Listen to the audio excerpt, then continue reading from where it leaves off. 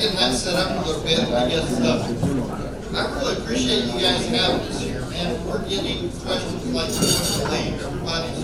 Not everybody, but a lot of you have heard of Indigo, and there's a lot of questions, everything from what's this carbon program all about, and what are you going to charge us for this, or how does this all work? And the other thing is, well, how do you guys make any money? Well, I don't know yet. Now, I'm excited to work for them. I've known this company for the last couple of years. I worked for a seed dealer. I'm from Kansas, and I worked for a large wheat seed dealer in Kansas. And so 2 years ago, when Indigo came to Kansas when they were launching their microbial products for wheat seed, they came and started working with us. And at that time, they were just a brand new startup, and I told them that when they're ready to focus on soil health, cover crops, and that kind of stuff, I'm not going to go to work for them. Well, a year and a half later, that actually happened. So my title is actually Regen Specialist for the High Plains. So it's all about the 5 principles. My job is the greatest job in the world. I get to work with the Indigo agronomists and with growers like you guys to help improve soil health, regenerative ag, and what we can do to further that along. I don't sell anything. I just get to go and work with you guys. Been fortunate enough to ask to present at a couple of places, and so I'm really excited about it. I don't know if they finding connections or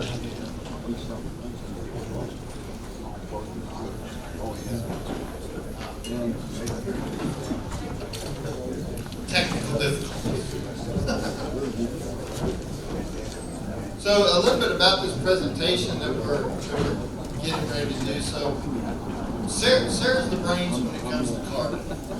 I don't know what Sarah knows when it comes to carbon, but what I do know is that the way to sequester carbon is to follow the 5 principles of regenerative ag. And I'm talking to the choir here about this, but if we follow those 5 principles, that's exactly what we're doing, is helping sequester more carbon by minimal disturbance. That's both physical and chemical. We know we can't get away from both of them yet, but we're working on it. I was so impressed to hear Mark talk about being able to cut back on some synthetic fertilizers, being able to cut back and help make the farm more profitable. That's doing the right thing, and that's helping to sequester carbon with that. So I had a grower in Kansas ask me the other day, she said, now, tell me if I'm getting this straight, but you're going to pay me to do what I should be doing anyway? I said, well, yeah, that's it with the carbon program. So it's exciting to talk to you guys about this and work with you guys on it. Those 5 principles are minimal disturbance, increased diversity, keep a living root in the ground, armor on top of the soil, and then insert livestock. All 5 of those, we may not in my own operation. I'm not at the pinnacle of that yet, but I also appreciate to hear today that we all can make improvements, and that's what we're doing, is trying to learn from each other, and that's really, really important. How are we doing, Sarah? We're doing well. That is safe. Cool. So I'm really excited to be here today. Thank you. Thank you so much for having us. Darren and I joke that we love doing presentations together and kind of joke back and forth. I've worked at Indigo for the last 18 months. I'm kind of considered a grandma there because I was employee number 300, and now there's about 14 to 1,500 employees. It's a very quickly growing company. So I grew up in Terre Haute, Indiana. Both of my grandparents were farmers in Southern Illinois, and I always knew I wanted to go into ag. I took kind of a while to get there, but so like I said, I'm really excited to be here, and we will talk about carbon as soon as this presentation is up and ready.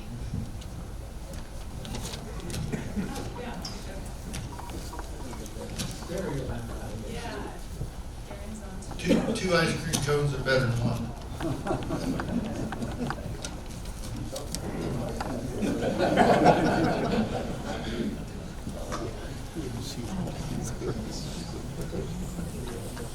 That's a good one.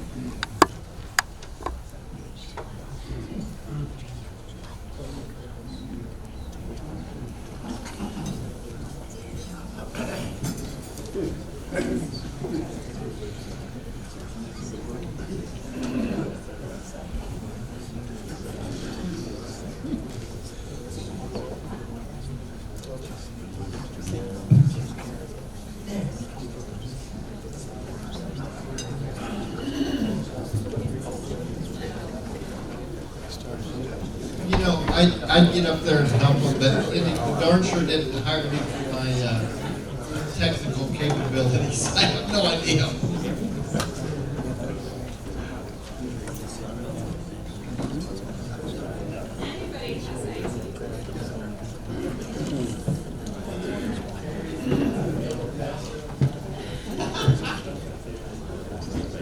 Anybody has IT.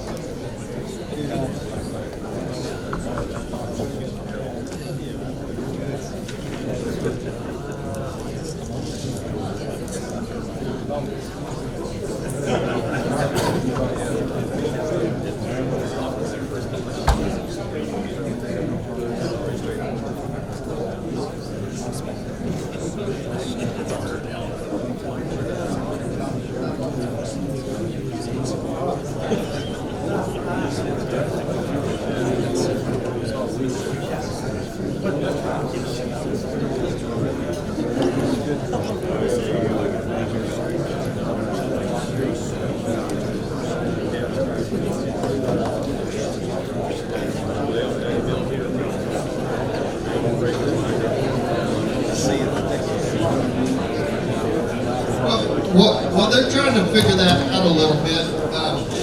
Maybe I can tell you a little bit about Kansas. I told you that I'm from Kansas. I'm from the big town of Pretty Prairie, Kansas. I'm sure you've all heard of it. We're a town of about 800 people in the south central part of the Indigo. You know where Wichita is. I'm northwest of Wichita, about 40 miles or so. And I find wherever we go, we all have a lot of the similar problems, even though that they're different. You guys, having a spring cover crop, you're trying to get rid of your moisture. We have just the absolute opposite effect in Kansas. We don't have enough moisture there, and it's all about saving it. But we can use cover crops, I'll particularly talk about cereal rye, as that catalyst to do both. In the spring, when you leave it, plant green to get rid of it, we terminate it just before we plant so that we can capture all the moisture, keep the ground covered, keep the soil cool, and anytime it does rain, we want it to stay right there and infiltrate to be able to use it later. But like I say, it's all about the 5 principles. And so if you just think about the 5 principles, and we'll talk about that later maybe, that's what we do. I've been very fortunate. We have a really good group in Kansas, and there's actually a couple of different groups. I don't know if any of you heard of No-Till on the Plains. They're in Wichita. Maybe some of you. How many of you ever been to No-Till on the Plains? Oh wow, cool. That's really good. Yeah, what an awesome organization, awesome programs that they've got there. There's another conference a week before No-Till on the Plains called Soil Health U, put on by a magazine out there, the High Plains Journal. They expect around 700 people there this year for that. They've got a lot of pre-registers, and they're going to have a lot of really, really good speakers. So it's all about learning from each other. And one thing that I've really been impressed with in this whole regenerative ag community is the fact that everybody's willing to share. Everybody's willing to learn and help each other, because we know that this is the best for the soil, the best for the environment, and the best way to farm. And I've been really, really impressed with that in our community. I know livestock here on beef, what's that like? Yeah, so so that's a big thing. One thing, last night I was fortunate enough to eat dinner with some of the board members here. And that's a big thing for us in Kansas is, and how I really got started into it. So my brother and I, we don't have a big operation. We don't have the time. But we manage around 770 acres. It's primarily a cow-calf operation. Back in Kansas, when we're planting the cover crop, it is almost always paid for with livestock. Livestock integration is a big, big thing back there. And I think it's something that you guys, if I could make a suggestion, may want to explore a little bit further, because I know that there's not as many cattle integrated into what you guys are doing here. And so it's just something to think about. Like I say, we pay for our cover crops more than pay for it. It's actually a profit center. We can graze them all winter and then turn around, pull them off, and let it grow to have the benefit of the cover crop later on in the summer. Did you guys get this going? We did. There's nothing like that awkward technical moment, right? So thank you for bearing with us during that. We did. We got it going. They're thanking you for getting it going, so I don't have to sit here and rattle on. Thank you. All right, should we actually get started then, Darren? Okay. Yes, it is. This is on, right? Yeah. Okay, can everybody, okay? Close. Oh, okay, outside of my comfort zone. Well, okay. So I did a kind of poor job of introducing myself earlier because I was very flustered. I am the head of agronomy strategy, so I work on the agronomy team and have been working for the last year to really get Indigo Carbon set up and launched, and I'm really excited to be here to talk to you about it today. So how many of you have heard of Indigo other than today? So about 50-50, it looks like. Well, I'm really excited even more than to talk to you about Indigo. So Indigo started about 6 years ago, and we started with the development of a microbial seed treatment. And since then, we've really expanded beyond that. Right now, we are operating across 5 countries. We are in, I think, 26 states, something like that. Just this last year, we were awarded the CNBC Disruptor of 2019, along with Uber and SpaceX, just for you to see all of those other companies that are on there with us. And we are the fastest growing ag company. So like I said, I was employee number 300. I started 18 months ago, and now there's, I think, over 1,400 employees in Indigo. So very rapid growth. Just within the last, I want to say, 6 weeks, 8 weeks, on the agronomy team alone, we hired 80 people. So like an explosion of growth. And most of those people are people to go out and soil sample for the Indigo Carbon program. So we're rapidly expanding that. We are founded on 3 principles, and it's the reason that I work for the company, and I think Darren works for the company, and everybody else at Indigo works for the company. She thinks I work for the company. That's true. I've got her fooled. But one of them is to increase grower profitability, right? We all think that's important. Another one is for environmental sustainability, which is what Indigo Carbon is about, and the profitability part, and then the third is consumer health. So we think regenerative farming, and Darren can talk more to this, but really incorporates all 3 of those principles. So we're really diving in head first into this, and Darren and I think there's 6 other regenerative specialists that we've hired within the last 6 months to provide expertise on that. Yeah, and our latest one will be covering Ohio. Leron, you want to stand up?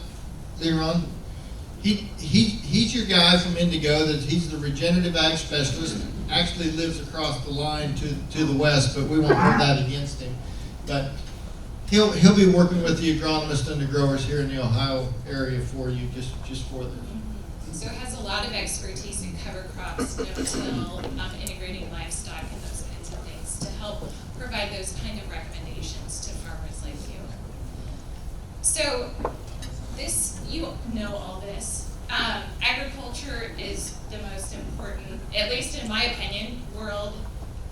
industry, right?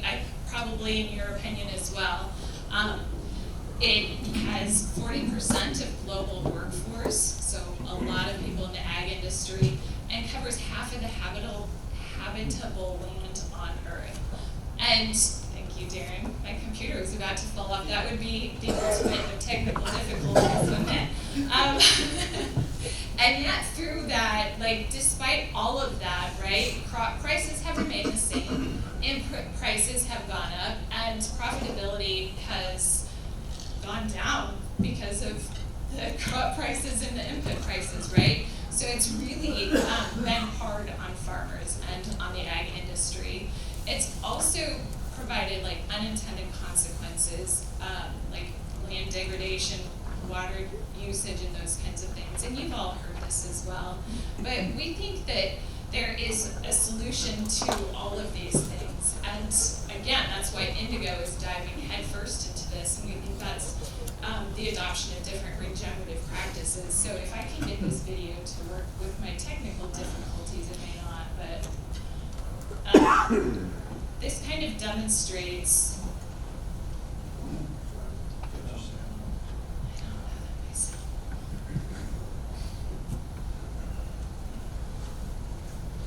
Okay, well, I won't do it without the sound because you can see the lovely farm ground though.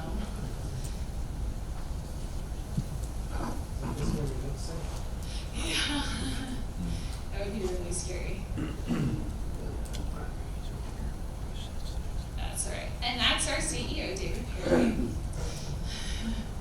It's okay, we'll go back to the presentation. If anybody wants to see this, though, it's on YouTube and it's quite interesting. So we'll skip that for now. There's been so many technical difficulties in this, I apologize.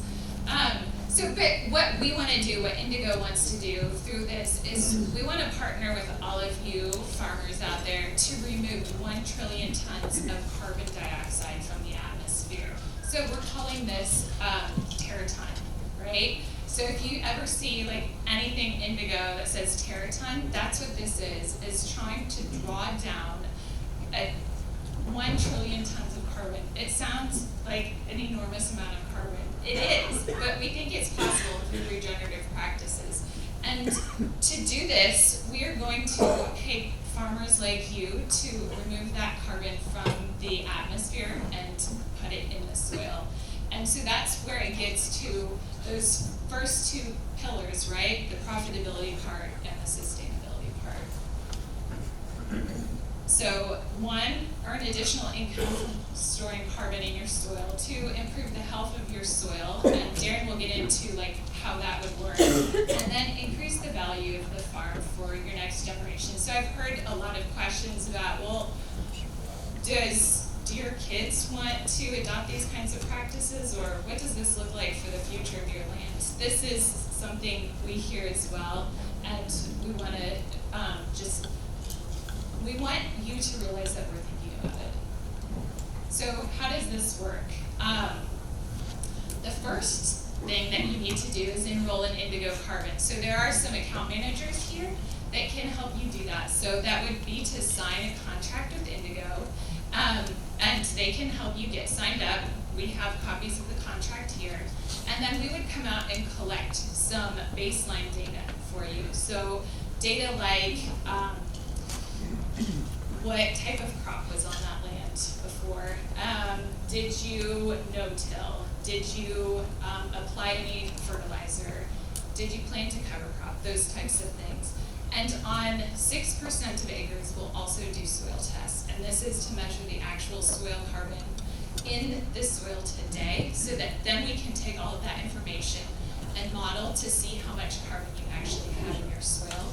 And so we would pay you for that amount of carbon that's in your soil. How much of carbon they sequester that year? Yes, that's right. Thank you, Derek.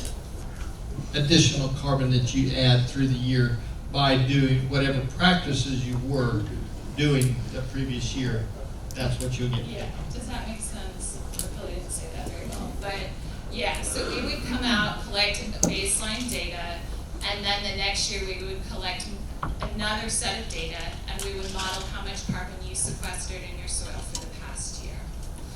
And then we would calculate how much carbon that is, and we would pay you for that carbon.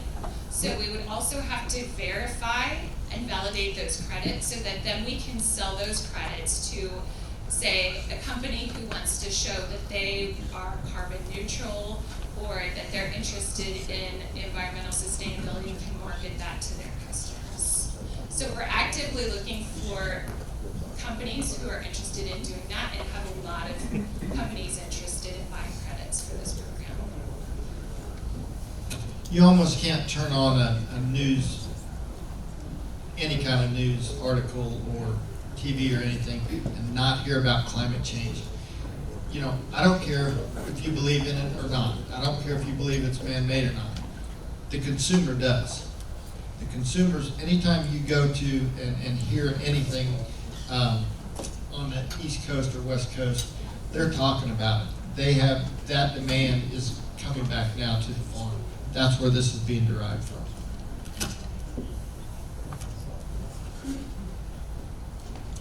So if people have questions now, you can shout them out. Otherwise, we can have questions at the end too. Well, we talk about east and west, but you gotta think north too, because they're growing corn in Canada, but they never grew corn. Yeah, yeah, that's true. Yeah, that's great. Yeah. How much are you looking to pay? Any estimates at all?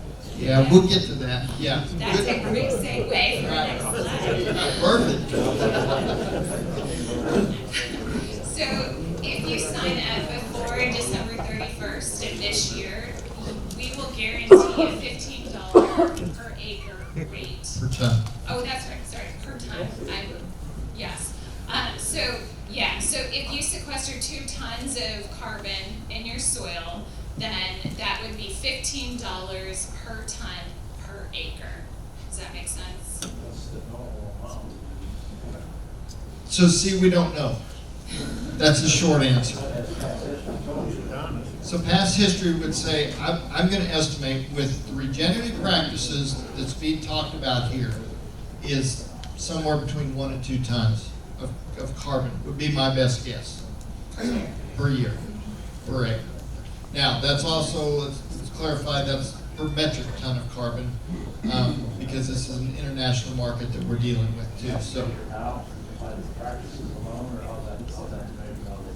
both, like Sarah was saying a little bit ago, it's going to be modeled, so off of what your practices are, verified by a certain percentage of the acres actually being tested to verify that. That's right. So I mentioned we hired 50 people just this last 2 months. They're all soil samplers, so they're going to go out and soil sample acres who have been put in Indigo carbon. Is it somewhat penalizing the farmers that have been doing things right and no-tilling and all that in the years past? Because somebody that's been tilling the ground forever and then they jump into this bill, aren't they gonna sequester more carbon quicker? So in my opinion, and the model has to be verified yet, I don't think so. And I'll tell you why, because I think your soils are already to the point to be able to take in more carbon than somebody that's tilling. Somebody who's full tillage right now, their soils ain't gonna change overnight. I mean, we were hearing, Mark talked about it this morning. How many years did it take? The best time to start this was 20 years ago. The next best time to start is tomorrow. So my point is, you guys' soils, I believe you've already got a leg up.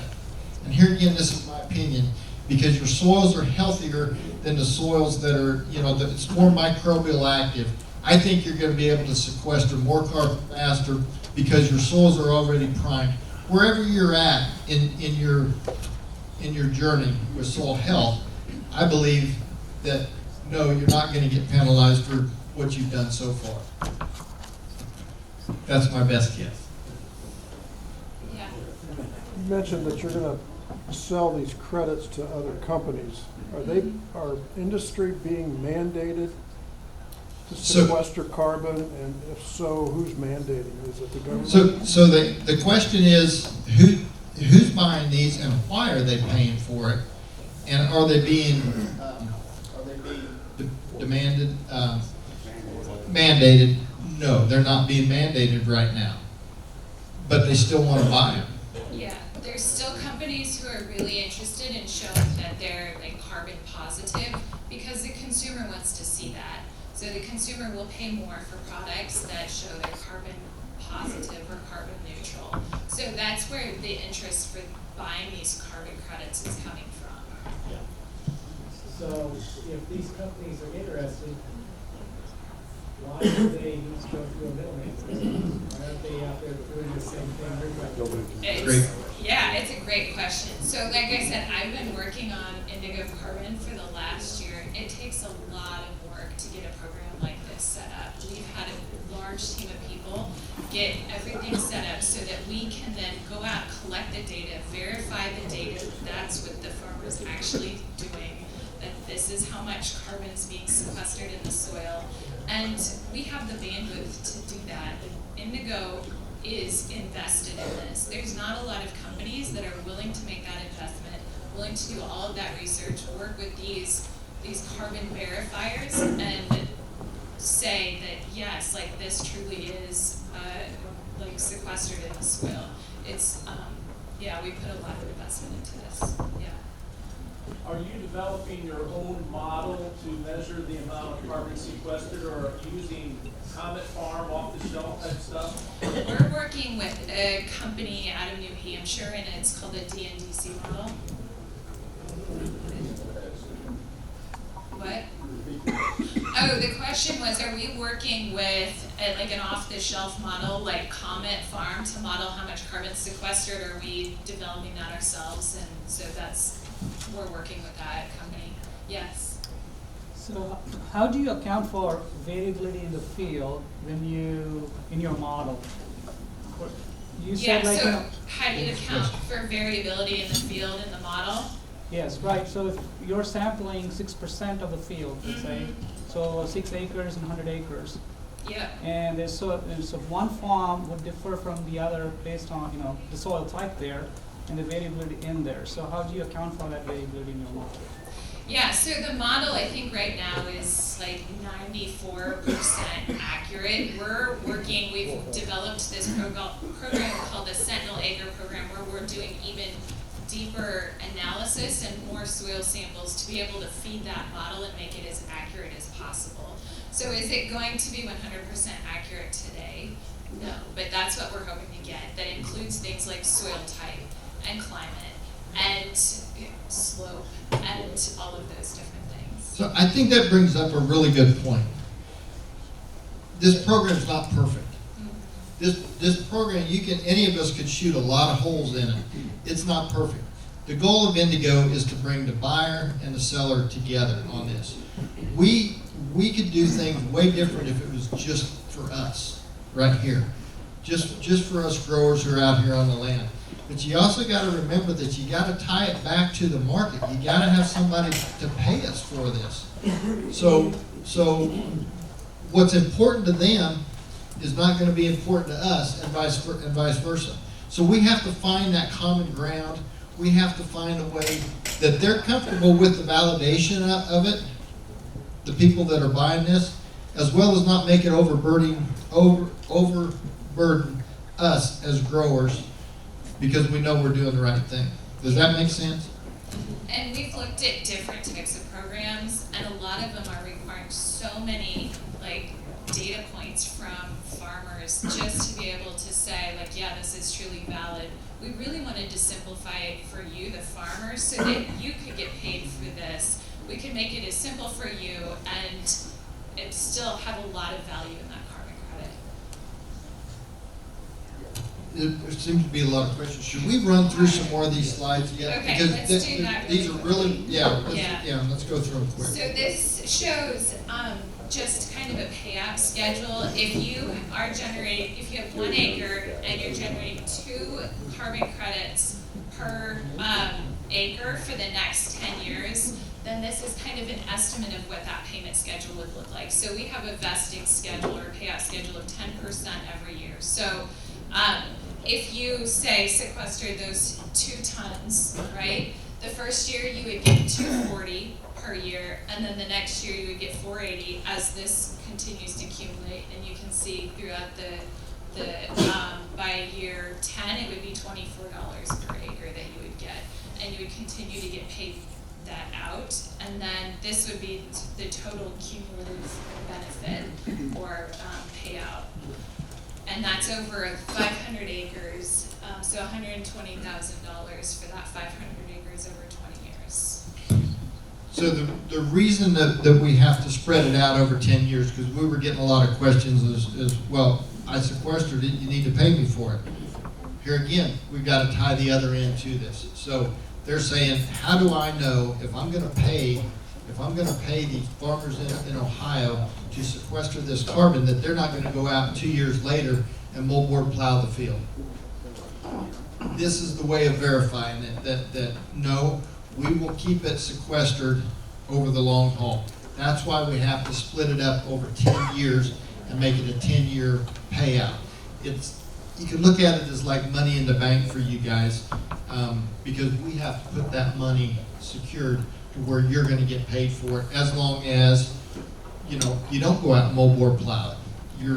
If you would go out and work the ground and get rid of that carbon again back into the atmosphere, then you're going to forfeit some of those further payments down the road. Correct? Yes, exactly. So if you go out and plow it, then the payments would stop because you've then stopped all the carbon sequestration.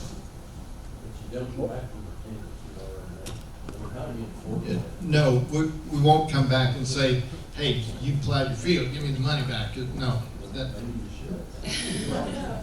Yeah, well, boy, I don't want to even go down that road there. Good point, but no, that won't happen. So, like I was saying a little bit earlier during the technical difficulty phase of our presentation here, that we know that we're going to sequester carbon by doing just 5 things. In every one of our management decisions, if we can do these 5 things, we will be able to maximize the amount of carbon sequestered. So I'm probably preaching to the choir here because you guys are so far ahead of mainstream, or not mainstream agriculture, the majority of the producers out there.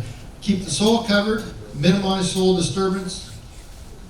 I don't like to keep a root in the ground. I like to keep a live root in the ground. Through photosynthesis, we're sequestering carbon with that live root.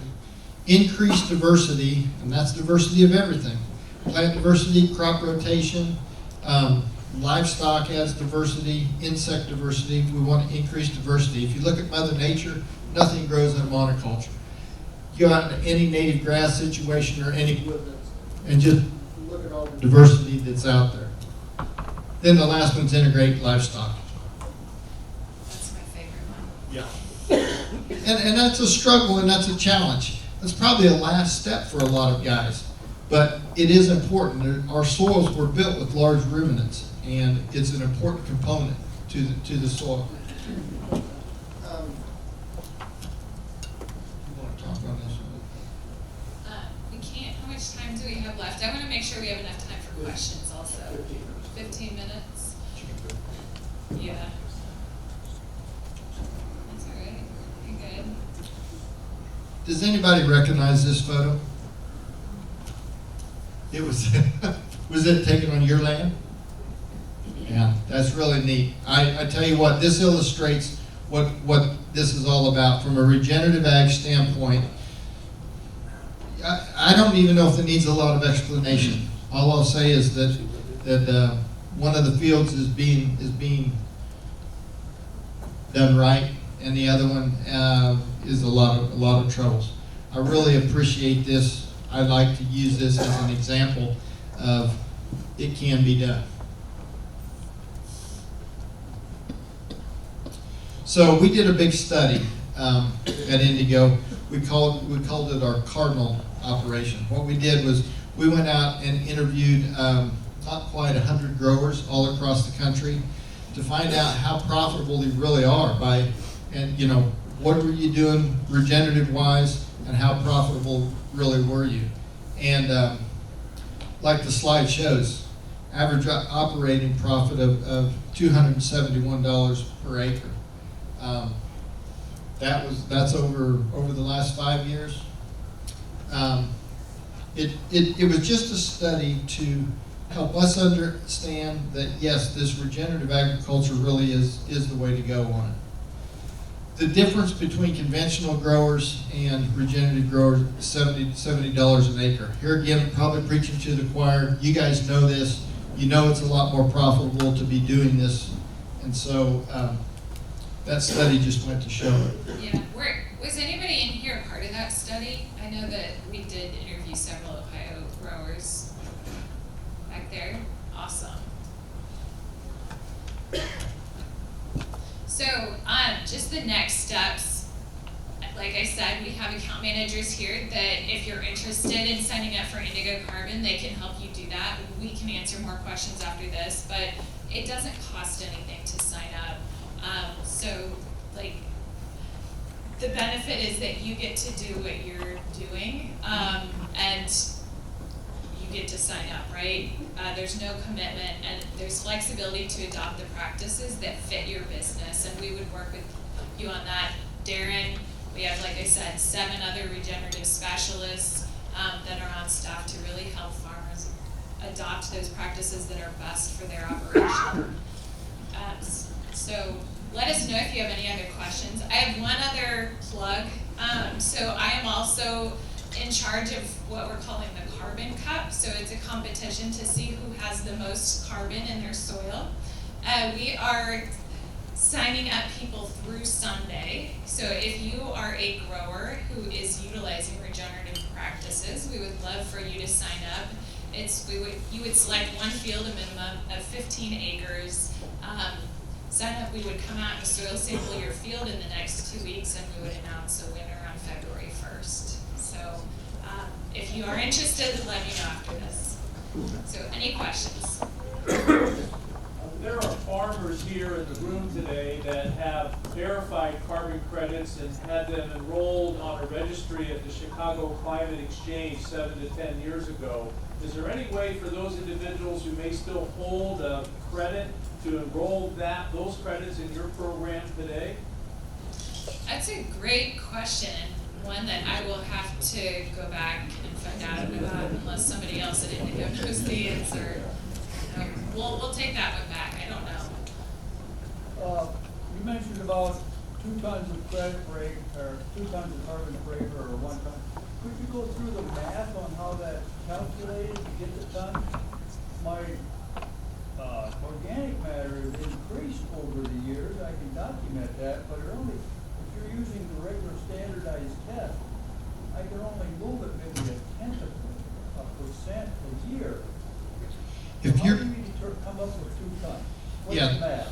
okay, so we don't have a slide that's going to address that math, but yes, what is it? 25% of organic matter is actual carbon, right? And so, if I remember right, please correct me.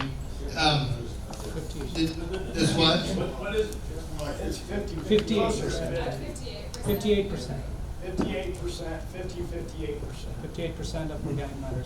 Yeah, there's a formula. We don't have it here, but there's a formula for what that relates to. Honestly, it's a lot. If you're sequestering 1/10, you're at least doing 1 ton of carbon out of the atmosphere. Then probably more like 2 to 3.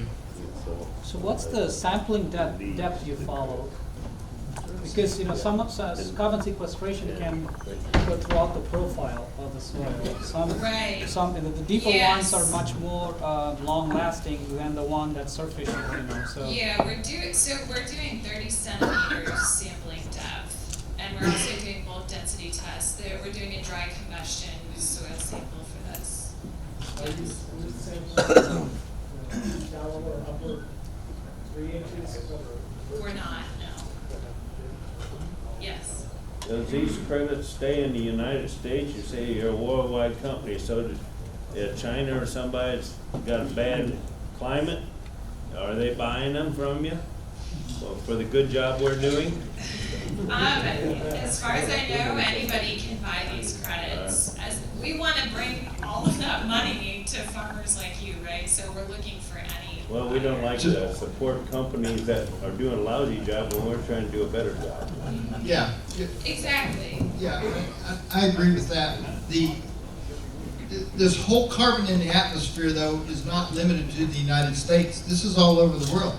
And so there's a lot of international companies that are doing this. And another thing about the $15 per metric ton of carbon, next year, I believe, it'll go on the open market. And so we're guaranteeing the $15 this year. Next year, when it does go on the open market, we don't know where it's going to go. It could be $10 per ton. It could be $120 per ton of carbon. It'll be interesting to see how that goes. If we do get a lot of these large companies and they know how important it is to verify carbon neutrality, then I expect it to go up. I don't expect it to go down. Yeah, and what we're finding as we talk to these companies is they're very interested in this story of supporting farmers who are utilizing regenerative practices, right? Like, a lot of the value in this is because it is through you, like, actually adopting these practices, and that's what they're paying for. Yes, sir. Who owns the data when you do soil samples on a farmer's farm? Is it theirs only, or does it go into the system, and who controls that? Yeah, so we have to provide that data to the verifier so that they can say, yes, this is a very strong carbon credit, and then we can tell the companies that are buying these credits or the individuals that this truly is a high value carbon credit. So that's what that data would be using for. It doesn't ever go to the companies that would be buying it, but it's just used to verify that data. So that would be within Indigo to verify that. Yes, sir. So this is going to sound like a really stupid question. No, I want to make sure I understand exactly what you're doing. So you're going to come out to me and you're going to interview me and you're going to take the answers to those questions, whether I use cover crops, what my crop rotation is, whatever, and you're going to plug it into this formula, and that's going to give us a number that we're working on making out. Did I get that part right? Yep. Okay, so I get this number, and my number happens to be 3. So I'm putting 3 tons in there. So I'm getting $45 an acre. But really, I'm going to get $4.50 each of the next 10 years. Yes. I'm not going to get $4.50 the first year and $9 the second. I'm going to get $4.50 each year for 10 years. So you will be getting that $4.50 for the next 10 years, plus whatever you sequester next year added on top of that, right? So if you sequester another, say, 3 tons, 2 tons, you get paid that 10% for that next year. For the next 10 years. For the next 10 years, yes. That's why in that one slide. So once you're in at 10 years and you continue on, that's when it really adds up. Yeah. So you're Does that make rewarding me sense? for improving my practices, and for lack of a better term, you're punishing me for if I go backwards. Yes.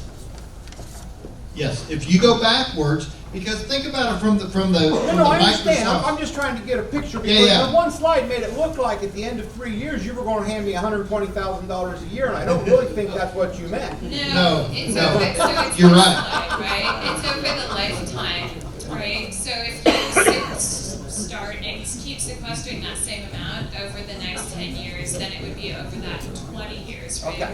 Yeah. Good question.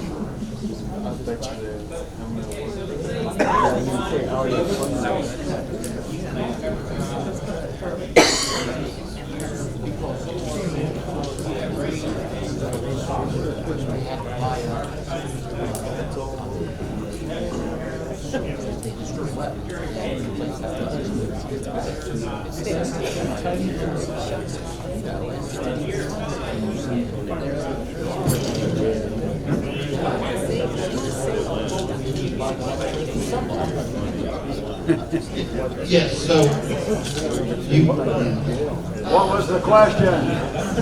no, it's my understanding that, okay, so you're not gonna sequester as much carbon. If you went in there to have to fix the ruts, you had to go in there and you had to do something, you're not gonna get very much for that year. It's not that you're kicked out of the program or anything, and that's another reason that it's spread out over the 10 years. It might take you an extra year to get caught back up again to get it rolling, but it's not like that's going to go away unless you drop out of the program. if those bad years like that, like I say, that's why it's spread out over those over that 10-year period. So that, you know, for that, because listen, you got to make a living, you got to do what's right. I get it, and they understand that too. But that's that compromise. That's bringing the two together that we were talking about earlier. Did that answer your question? Yeah. Okay. Can that be transferred to another grower? If someone buys your farm or something like that, can that same system be transferred? So let's say year 6, you sold your farm. Could you transfer that to that person? Would that be value to that person buying the ground to keep that going? Or? That's a great question. I know that we have an answer on that. I just don't remember what it is. It's with the person who signs the contract. Yes. Okay, so did you hear that? If the name of the entity changes, it does not transfer.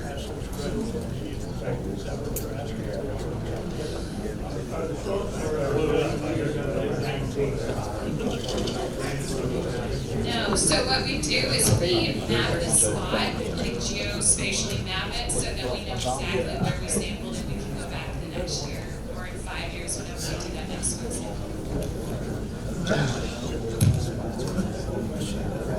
Yes, sir. Clear back on the. If I understood you right, you're going to inspect 6% of the acres to verify it, and the rest is going to be just put into a program. Does that program take in compensation? For example, if I plant a blend of a cover crop at 25 pounds the acre, and my neighbor does the same blend at 12 pounds the acre, I'm going to sequester more carbon than he is. How does that, or if I plant my corn at 34,000, he does his at 26,000, I got more plants, more carbon sequestering. Is there any, how does the guy that's doing maximizing it get rewarded over the guy that maybe isn't doing so much? Yeah, it's actually looking at the amount of biomass and estimating the amount of biomass, and it does ask like things like seeding rate and the number of species and those types of things. Explain how that livestock portion enters into it.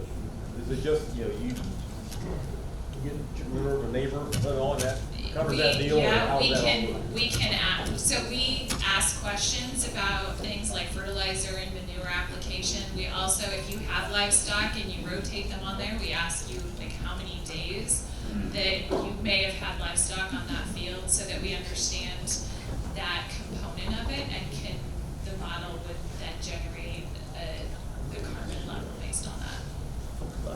So the model not only uses the carbon data, but also the management data that the farmers will be providing? Yeah, so that's why we ask those management level questions to better understand that. There's some questions. So if a farmer gives you a certain amount of information and then the weather changes like this year and everything is variable in farming, so do you go back and then micromanage that farmer's, then how do you verify that, as this guy's question was on the cover crop seeding, he says he uses this but doesn't, then how do you verify that? I mean, are you in there poking at him saying, well, you said you were doing this, so you need to be doing this? So the question is, like, how do we verify that the farmer actually did what they said they were going to do, right? Essentially. Well, and how many, I mean, is that a yearly thing, or is that a 6-month thing, or do you have somebody? No, so what we do is we have a set number of questions that we need to get answers to. And so you would provide us the information for those questions, and then we would put that into the model. And we would have, there's going to be an external auditor who needs to check a specific percentage of growers and just spot check them, right? There's also, we have Indigo Atlas that can also use to verify. Satellite data. Yeah, it's geospatial data. Yeah, and so, but please don't misunderstand. We're not gonna to micromanage anything. Everybody gets to make their own choices on what you want to do. We're not telling you how to farm at all. Please believe me. I mean, that's, you know, you guys know way better than us on what's best for your farm.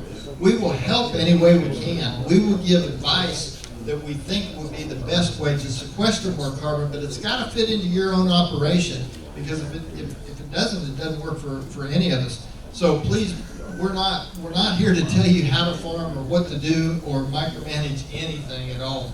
We don't want to. We want to help you be more profitable, but it's your choice. Every farmer gets to make their own decision. Yeah, and like I said at the beginning, we wanted to make this program as simple as possible for farmers. What's nice that no cost to sign up, but are there any costs? Nope. No, we pay for all the soil sampling, we pay for everything on there, and so, yeah, no, there's absolutely zero cost to sign up. Now, if you want to go deeper into it and get some agronomic advice and some all of that, there's different programs you can do, but for just carbon, there's zero cost. So, yeah, if you want an agronomist to come out and give you recommendations, then you could enroll through our Indigo Acres program, and there are costs associated with that. But not for just for carbon. Okay. So there's a bunch of Indigo people back over here, and Sarah and I will be around today to try to answer any questions that you guys have. Because I know that there's so many more questions to come, but thank you guys very much. Thank you for this. I think this is.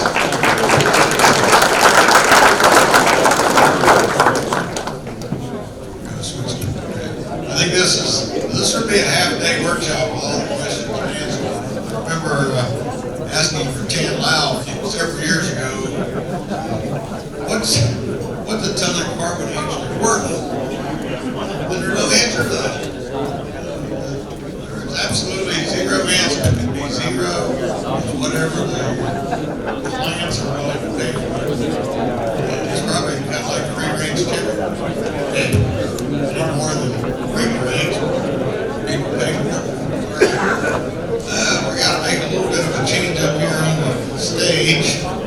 As we go to the next panel. Yeah, that's what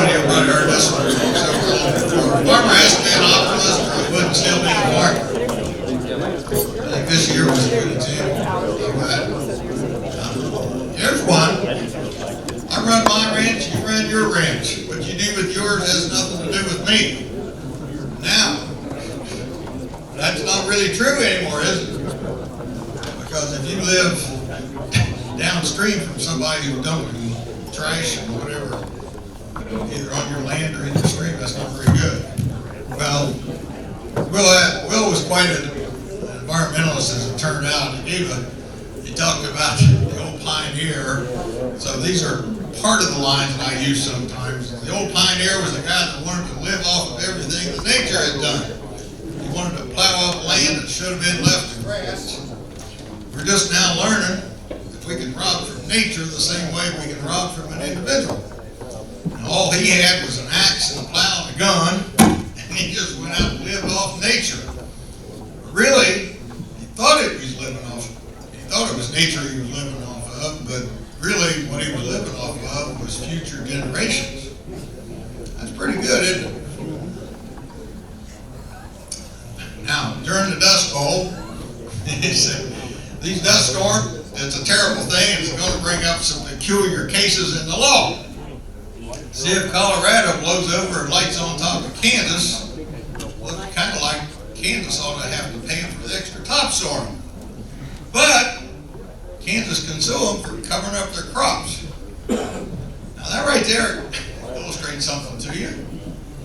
Topsoil has a value if it's where you can use it, but if it's covering up your crops or flowing down the stream as the muddy Mississippi, then it's a cost to you, right? So that's pretty good for somebody back in the 1930s being environmentalists. All right. Well, now we'll get down to the program the way it's listed. We're delighted to have Dan Brown join us for the first time, an economist at OSU. How many years have you been on the faculty? Just 2 or 3 years. So we're delighted to get him at least out here being acquainted with no-till and get him more in the vein of what Alan Hines has been working with for years and years and years. I'm going to ask him when he started at OSU, but he was obviously retired, still very active. And Bill Richards predates him even more than that. Bill, for those of you who may not know, Bill was chief of SCS and then it transitioned to NRCS under the first President George Bush. And he's been no-till farming since the researchers at Worcester, OARDC, part of Ohio State, started research plots at Worcester in 1962 that are still continuing on no-till.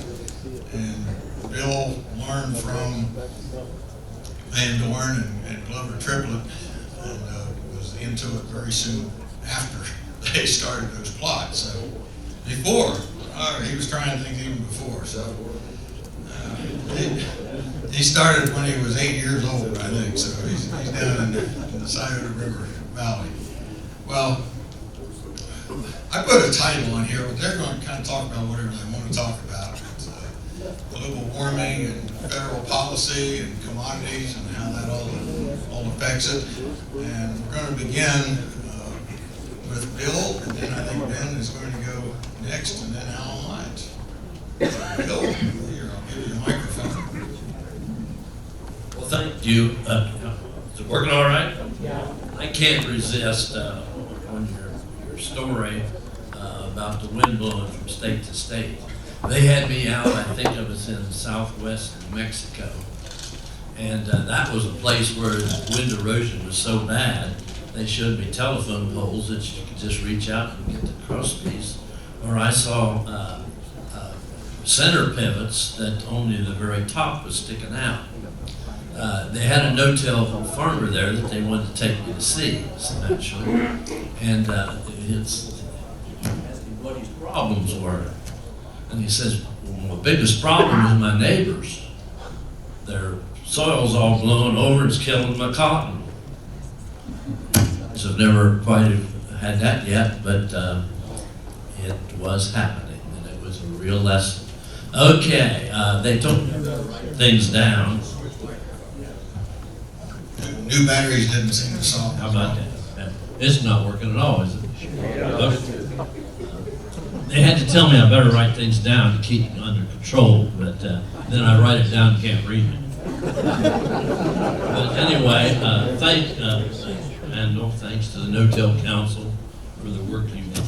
But I'm going to brag a little. You notice I'm the only one in proper uniform up here. But we owe so much to Ohio State. I mean, we've sort of nicknamed it the cradle of no-till for the country, and really, for much of the world. That original research at Worcester was really what got all this started.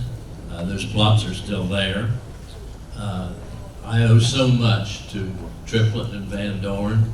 As I joked, I was trying crazy things even before them, and it wasn't working. And I met Triplett, and he became my mentor. That really made a different life for myself and my family.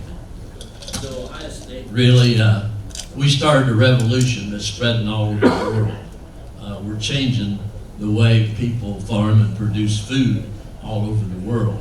Sad part is that a lot of the world's doing a better job of switching to no-till than we do. Randall said we're supposed to talk about politics, and it's sort of an appropriate time. I mean, all of us, I'm sure, watch evening news, and you know, I made a statement a few years ago, and I wonder how it's working out. How many of us really realized that one political party would be blaming the other political party for the bad weather? That's got to be a winner. You can't really. You know, we're talking about increased carbon, carbon in the atmosphere.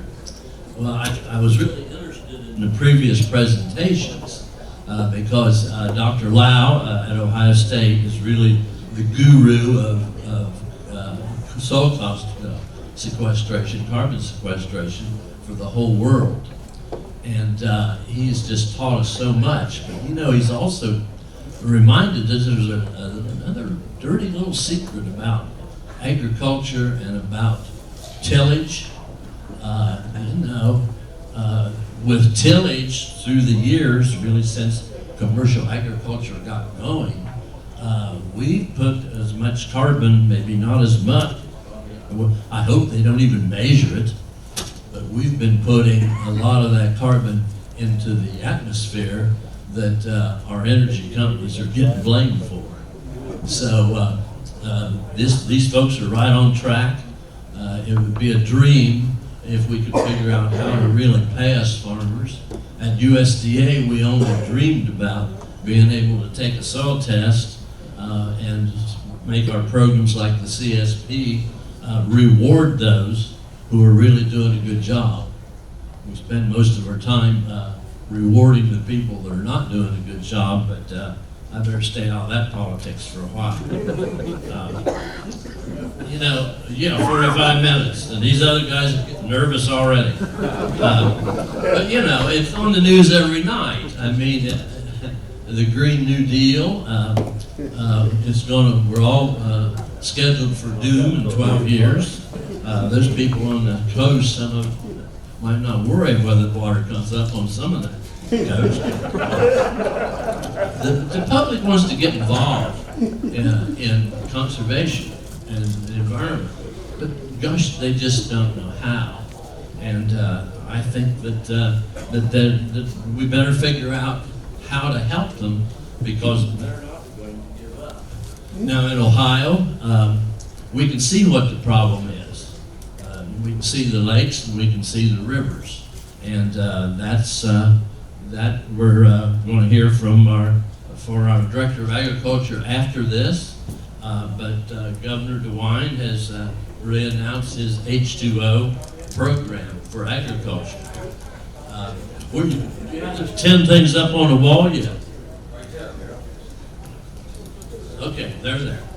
Okay, that's the 10 things that they come up with. The 10 things that they're going to really channel a whole bunch of money towards those. And do you all see anything wrong with that 10? Because there's a lot of things in there that I really agree with. I mean, anybody would suggest if you're going to have a program, you first better start measuring the soil. So soil testing is first. I happen to think that no-till is missing from that list. It's such a terrible error that one of those folks that really was on that committee I sort of insulted him a little earlier today. I said, how did you let that happen? Why wasn't no-till on that list? Because after all, we know that no-till will give quick results that they can measure, and really is the first thing that we ought to be doing, or we ought to be encouraged to do. So the director's going to be next on the program. I'm sure that there'll be somebody in this room that will ask her why no-till is not on there. But let's don't shoot the messengers, because remember, she had this large committee of Farm Bureau, the conservation districts, all those people that really represent our industry. Let's make sure that that the word gets out that no-till should be on that list. Along that line, Randall just handed something, and is that all on the table? Losing ground. I think he did a beautiful job of really analyzing. Well, read it. You'll know about it. Okay. What do we do to really approach? When those panels were talking this morning, I was just saying, what can we do? What can we do, or what will us farmers do? What will it take to get us farmers switched over to no-till? What will it take for other programs? I mean, USDA got the CSP program going that was made to reward farmers for the good things that they were doing. But, somebody mentioned it earlier, we really run into problems with Congress, because they said, well, why should we pay you farmers to do something that you should be doing anyway? So that's a hard sell to really get it done. Will voluntary approach work? Will farmers really react? Do we need voluntary with a little bit of a stick? Or are we going to wait and let the regulations hit us? And folks, if you listen to the public, if you watch television every night, you know that sooner or later that there's going to be real restrictions on the production of food. There's a way in between, and that was in the '85 Farm Bill, and it was called compliance. We all had to have farm plans. We all had to show that we were complying with the rules, and in order to get our other government payments, and now it's our crop insurance, we had to really be following and be within compliance. I was there when that program was put in place. We had a lot of problems all over the country. We had a lot of mad farmers, but it was working. And that's the approach that we ought to think about. Okay, that's really enough. I'm going to turn it over to my buddies here.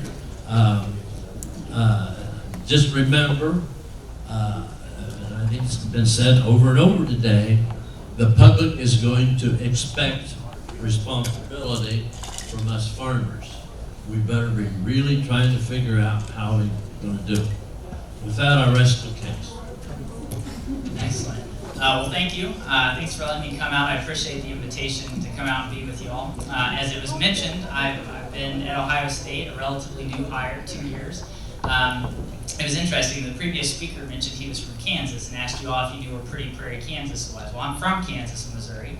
I know exactly where Pretty Prairie is, and for the last 2 years I've been talking about how our water management issues are a lot different than Ohio. So when I moved out here, that was something I had to learn relatively quick.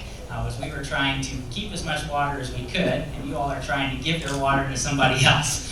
So I'm going to build a pipeline from Ohio to Kansas. We're going to create a trade system that way. So we'll see if that works. I want to give thanks to my panelists here. I mentioned I was relatively new. When I started out here, Alan Lyons, right next to me, his office is just down the hall from me. He welcomed me. He's been a great mentor for me here at Ohio State. But then when I was at K-State getting ready to come to Ohio State, one of my faculty advisors says, I've got a name I want you to remember and know well, and that name was Bill Richards.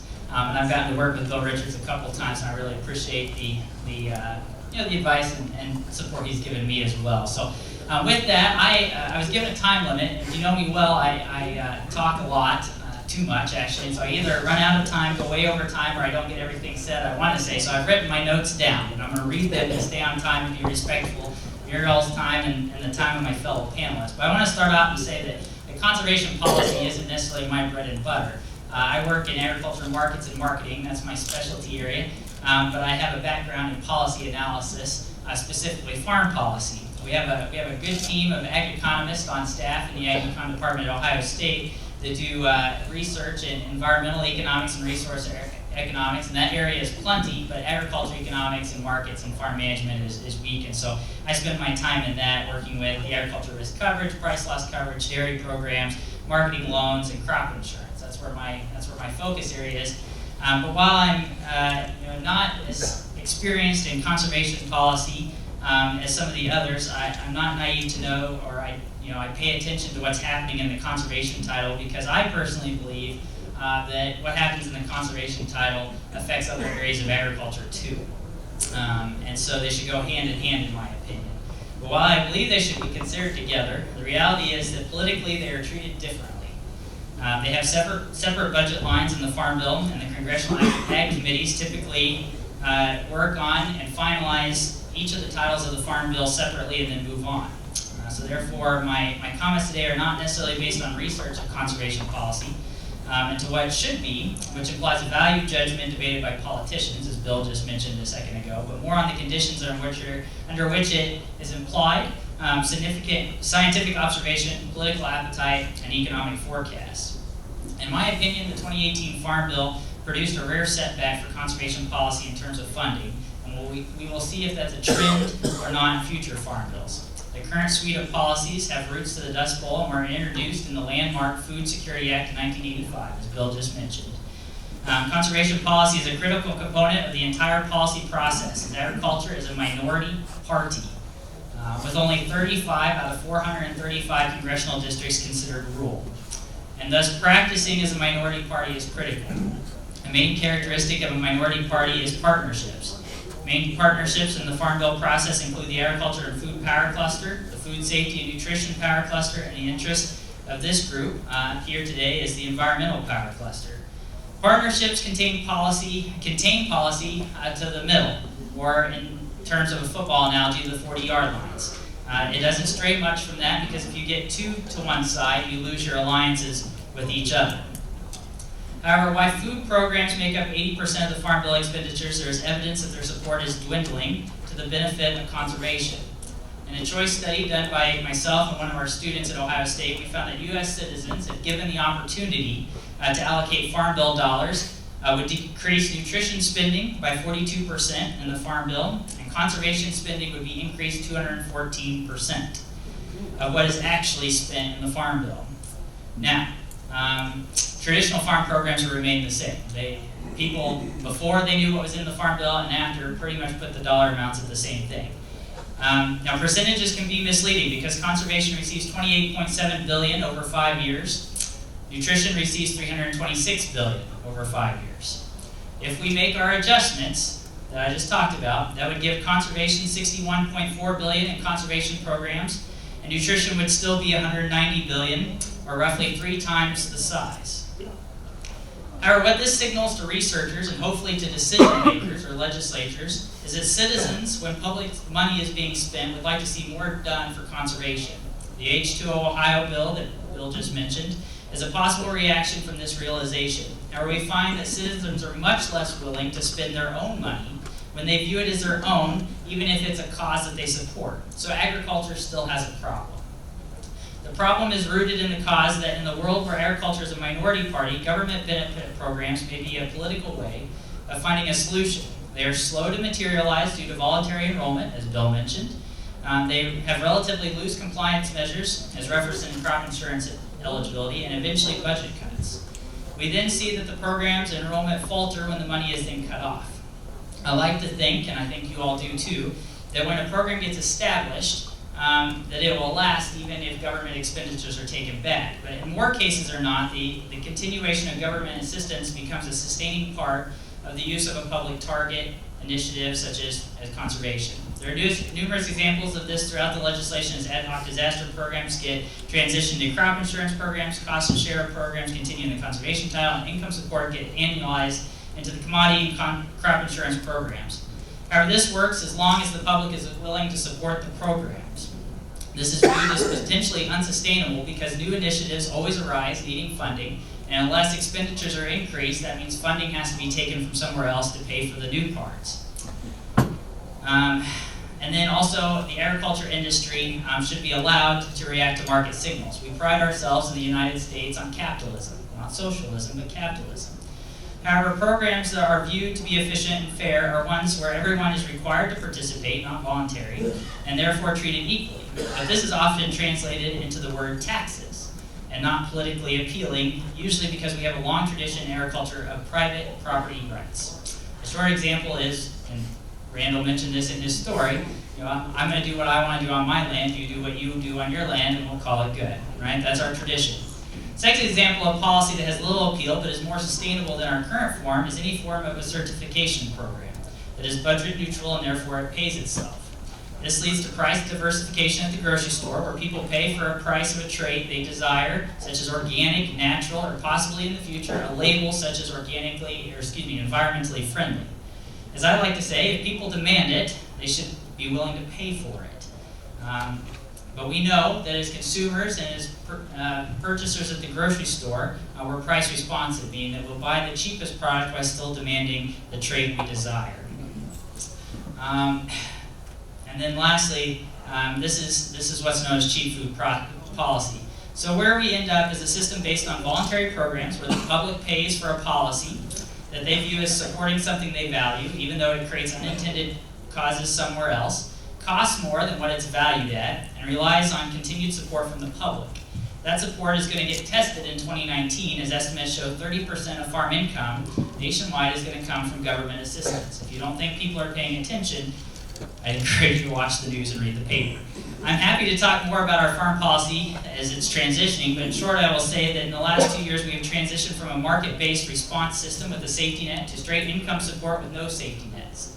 This is different possibilities for future conservation programs. I'm going to be a typical economist and talk out of both sides of my mouth. As Harry Truman used to say, give me a one-handed economist instead of two, but here we go. On one hand, history would tell us that income support policies limit involvement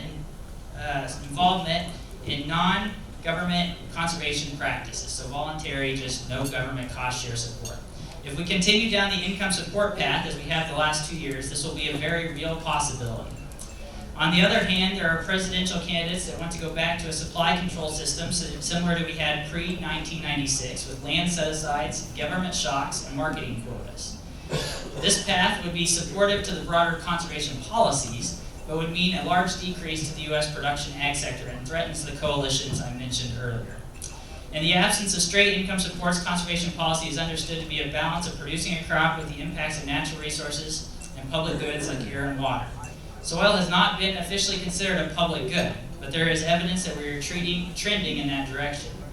In the absence of regulation, where the agriculture industry in a broad characterization has opposed and applauded those legislators that roll back regulations, we end up with a very little environmental compliance for government assistance, even when the government supports it.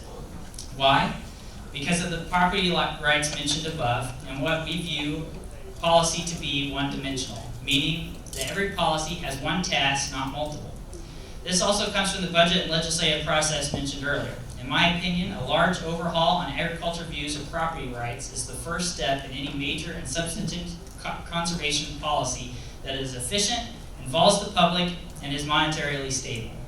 This will only become more important as higher percentages of land transition to absentee landowners, and as rented land to producers and rental contracts become shorter and increasing in turnover. All of this said, voluntary programs with large public expenditures seem to be our policy path at the moment, and in the short term going forward, given the regulation is objected and identified as a form of taxes and infringement on property rights, and the U.S. citizens indicate purchases that they are unwilling at the moment to spend their own money on an attribute that they demand but may in the future.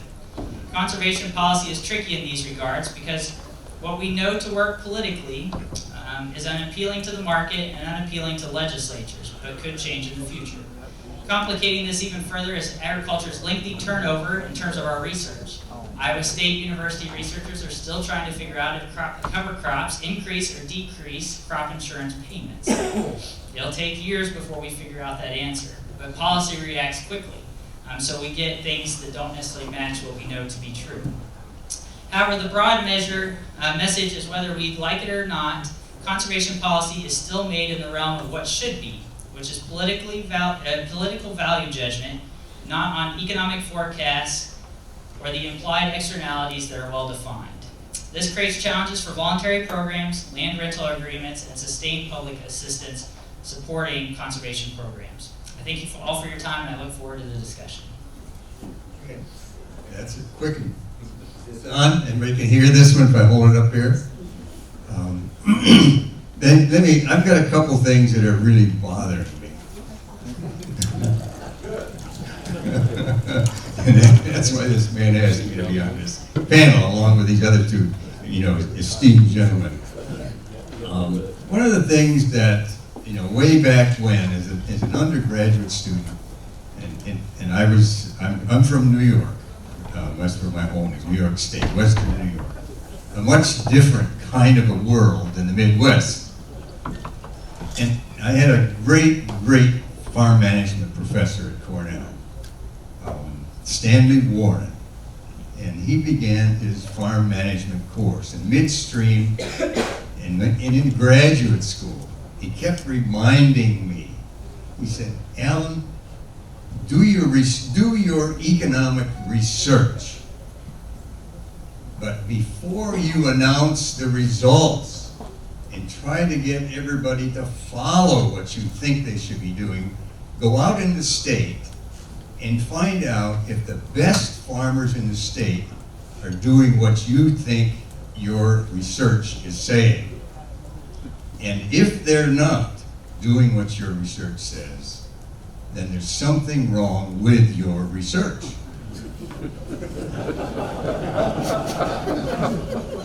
And I still believe that.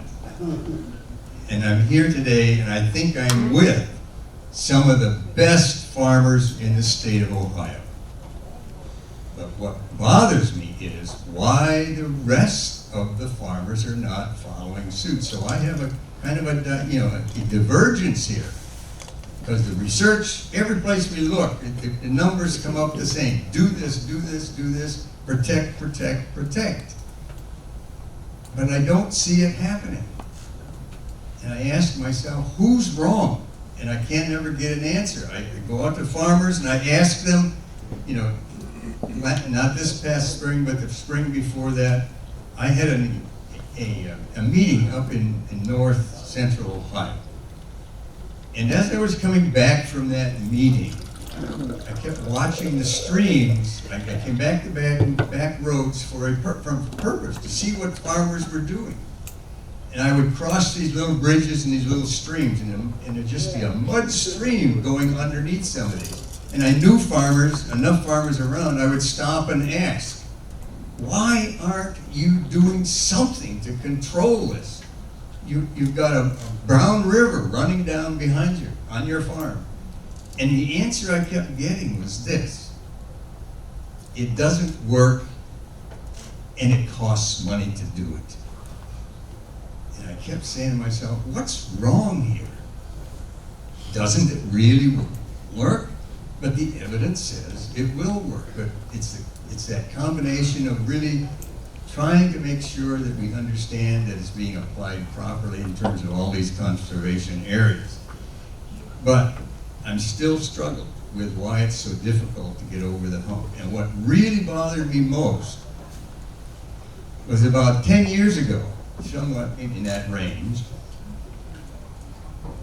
I was with a group of, again, some of the best farmers in the state of Ohio. We went up north to visit a farm. And we visited the farm, we looked at the equipment, the buildings and everything, really top notch. We went into the machinery shed to sit down and talk amongst ourselves and ask some questions of each other. And the farmers kept talking. And finally, I raised my hand and I said, I want to say something to you. And I said, do you know that one of your esteemed professors at Ohio State University just made the recommendation to the state of Ohio to put a tax on, an extreme tax on every pound of fertilizer that's sold in the state? Any of you remember that? Yeah. Maybe you don't, but that was the case. You wasn't me. You wasn't here yet. But, and that was it. He did this big study about how do we get this water quality and erosion and everything under control. And the audience just went crazy. The farmers just climbed all over my back. I was the OSU representative there. And they just hollered and shouted and went on at me. What? One of your professors is saying to increase the price of fertilizer by 50%, by 100%, and farmers will then use their market analysis to say, I should put less fertilizer on my field. And finally, the noise got so loud, the owner of the farm stood up and he said, had his hand in the air and said, boys, quiet down. But they were just so set up. And he said, I want to tell you something. And he said this, about 2 years ago, I hired a water quality analyst to come to my farm and put sampling devices all over my farm where water was leaving the farm, leaving the field, leaving the farm, whatever. And he said, this spring, that water quality analyst called me and said this, I would like to come out and show you the results of my 2 years of collecting data on your farm. And he said, yes, come on out. So the analyst comes out on Wednesday, they have an appointment to meet. He drives up in his car, he gets out, he greets the farmer, and the analyst says this, where can we talk? And he said, in my office, fine. He said, okay, it's fine. So, but they get to the office, and then the analyst says to me, I want to make sure there are no microphones, the phones are shut off, the doors are locked, because this information is only for you and me. We got in the office, they sat down, he said, this is the information he gave to me, and the farmer is interpreting this now. He said to me, here's the results of our tests for 2 years. Don't let anybody get a hold of this information, or the state of Ohio is going to shut you down as a farm business. The water quality was that bad. From the fertilizers, the chemicals, the erosion, everything else. And this was on pretty fat land. And these farmers find it down. So then I had an opportunity, I met with those groups of farmers over the years since then. I said, now what did you do with that information about water quality that we learned from this farmer? Not a hand goes up. We didn't do anything. We didn't change anything. And I said, yes, you did change something. You've had the opportunity in a period of time where most of you, if you remember, back there in the 09 to 014 area, where you were earning what some people call sinful profits on your farm. Prices were high, yields were good. What did you do with the money, the extra money you had? Did you fix the problem on your farm with erosion and water quality? And they said, no, we didn't do anything. And I said, yes, you did. What'd you do with your money? Oh, we went and bought new equipment. We raised the price of farmland from $2,000 to $10,000, and you still had money left over. Why didn't you work on those problems that you knew were on your farm? And they simply said, it doesn't work. And it costs money. And we're really farming, making decisions so that we can live initially in that next year and maybe the following year that we're going to succeed. And they had done nothing. And I don't think that was quite, in my estimation, was quite the right thing to do. There was opportunity there. But I also want to remind you at this point that, in fact, when you're listening to me talk, I want to give you a perception of some of my students in class. Back in the 80s, early platinum, when he started, okay, I was starting back there in the 70s and the 80s. You weren't alive, okay? Yeah, I guess that'd be right. But you remember what happened to the price of farmland back there in the 80s. It was up here and zoom, down it went. Now, in the end of my farm management class, I'm talking to these folks, and I said, you boys, you young ladies, there were a couple of girls, these are students who are planning to go back home and farm. And I said, you need to rethink that right now. Maybe the good time, maybe the bad time. But this price of land that went from 1,000 on up to 2,000, I said, that's not going to continue. The price of that land is going to come down as this economic situation continues. And as a young man from Northwest Ohio, I know the family well. He was getting ready to graduate, go home and farm. And I could see him in the back seat, in his seat back. He keeps twisting around. He's getting nervous. And before I finished the lecture, he got up out of his seat in the back of the room. He just walks right up to the front of the class without saying a word. So I kind of stepped out of the way. And he proceeded to the blackboard, and he drew something on the blackboard. I have to remember the rest of it.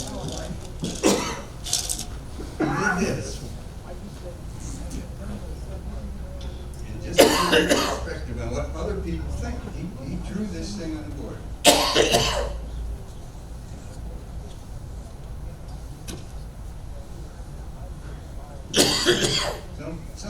He was a better artist than I was. He drew that on the board. And I'll get out of the way. Can you all see it? Mike, can you see it? Barely. I'm probably in the way. Anyway, I looked at that and I stumbled around trying to answer his question. He's standing up in front of me. He went back to his seat. He stood up. He said, Dr. Lyne, he said, what is that I just drew on the board? I looked at it. I said, gee, it just looks like a pair of glasses and a set of boots. And he said, no, just like you've misinterpreted what's going on in the farm economy, you've misinterpreted what that picture is. And he says to me, that's the farm management professor that we all know with the shit kicked out of him.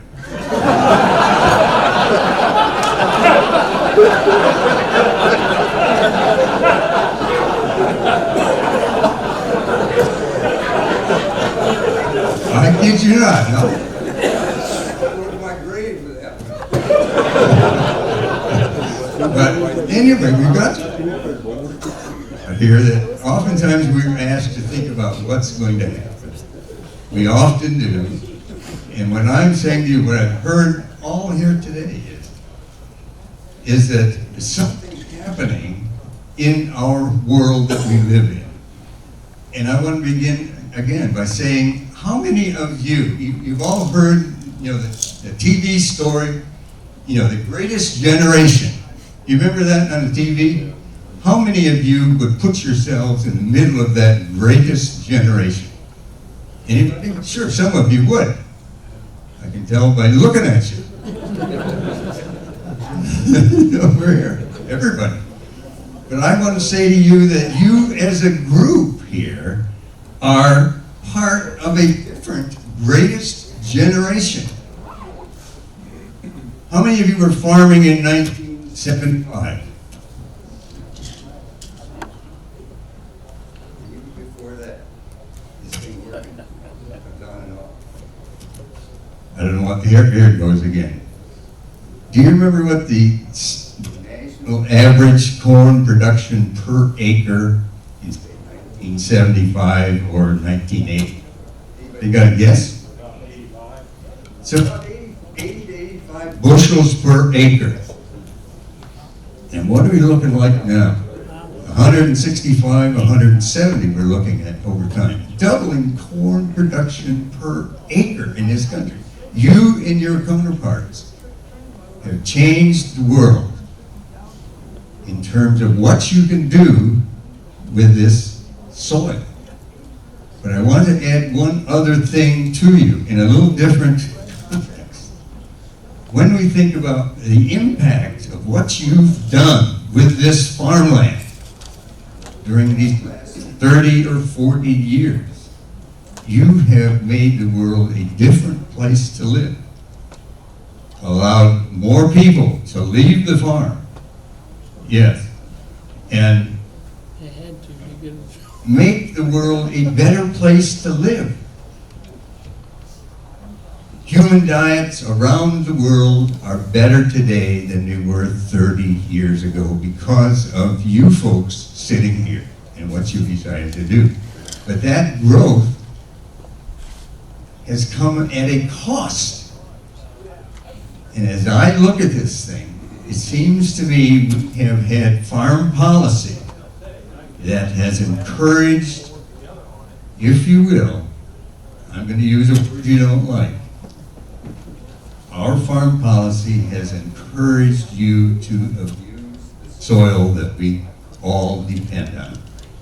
And I'm asking Ben, as the young member here now, farm policy needs to be changed to refocus the use of those public dollars to work on this question of preserving and conserving this land. When I hear over and over again, and people approached it here today, since we put that plow to work in the Midwest, we've lost half of our topsoil. We've lost half of our organic matter. That cannot continue. We've got to reverse that situation. And I really look at that and say, farm policy at the national level has helped create the situation that we are trying, and you are trying, and investigating, wreck this situation. And the answer to me is that voluntary programs are not going to work. That it's going to take some sort of an incentive. And the public is saying, we want something back from you.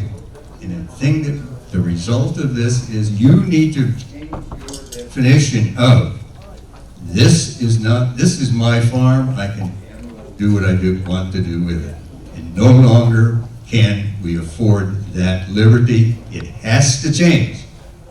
So be very, very careful. If you and your colleagues don't correct this water, this air, this soil problems that are so apparent with American agriculture, the hammer is going to come down. And you better get it corrected before that hammer gets pretty big. That's really what I wanted to say to the audience. So thank you. You said it. Yeah, let's have a round of applause for the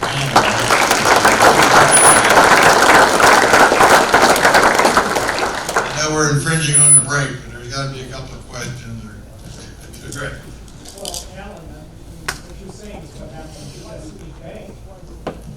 The farmers of the Chesapeake Bay were destroying an estuary, and you had the legislatures decide what was going to happen, and then they provided the cost sharing and whatever else to make the change. Exactly. And it went like this. And what I hear from our legislatures is, you have told us for the 10 or 15 years that we are working on this problem, but the problem's worse now than it was 15 years ago. See, the Director of Agriculture just walked in, so that's great news. Okay. This is more of a question than a statement. For every ton of soybeans or corn that we export out of China, wherever it goes, how much soil are we losing for every ton?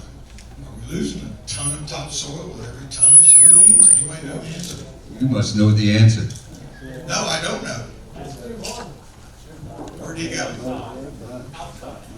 Okay, maybe we get that answer later. But anyway, it's an issue regardless of what it is. And right here we have the answer to that, because where it's been 5, 10, 20 tons an acre that we're losing every year with no-till and with cover crops and the great practices that we've heard about here today, instead of tons, that could be a few pounds per acre.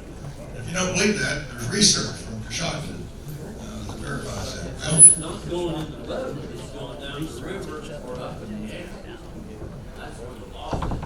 well, yeah, the soil's not going with the soybeans to China, it's just disappearing. All right. Okay, Jim, the question was for every ton of soybeans or corn that we export, how many tons of soil did we lose? Well, I won't put it in tons, but the erosion rate in the United States is 7.6 tons. That's 15,200 pounds. If the average soybean yield is 50 bushel, take that times 60, you're losing 5 pounds of topsoil for every 1 pound soybean you produce. In Ohio, we lose on average 2.61 tons of topsoil, but that doesn't include gully erosion. So we're losing 1.7 pounds of topsoil for every 1 pound of soybean that we produce. All right. That's on the erosion, how much is going up, with carbon loss into that? As far as the carbon, you mean? I gotta think about that one a little bit. I'll be another presentation, all right. I don't have all those numbers quite in my brain yet, but I can look it up for you and figure that out. Well, that's a good point, Jim. Just regardless of the exact numbers, you get the impression, okay? We're selling tons of soybeans, shipping them away. And think about tons of soybeans and corn that you're shipping away from your farm. How many tons of soil are you shipping away with that? So I'll add one more thing, guys. When you grow corn, your carbon content goes way up in your soil. If you grow soybeans, you're gonna lose your carbon content, okay? So if you're looking at Indigo ads and that, it will maybe change what you're gonna produce. Now you can make that up by putting the cover crop on there, and so you may be able to balance that out. But if you really wanna add carbon to your soil, you gotta add grasses. That's what's gonna add your carbon. And so anything that gives you a lot of biomass, which corn has a lot more biomass than the soybeans do, that will increase your carbon faster than anything more. All right, good. We gotta get Jim on the program again. All right, again, Greg, let's do this. Let's do it for 10 minutes. Be back in your seats in 10 minutes and we'll hear from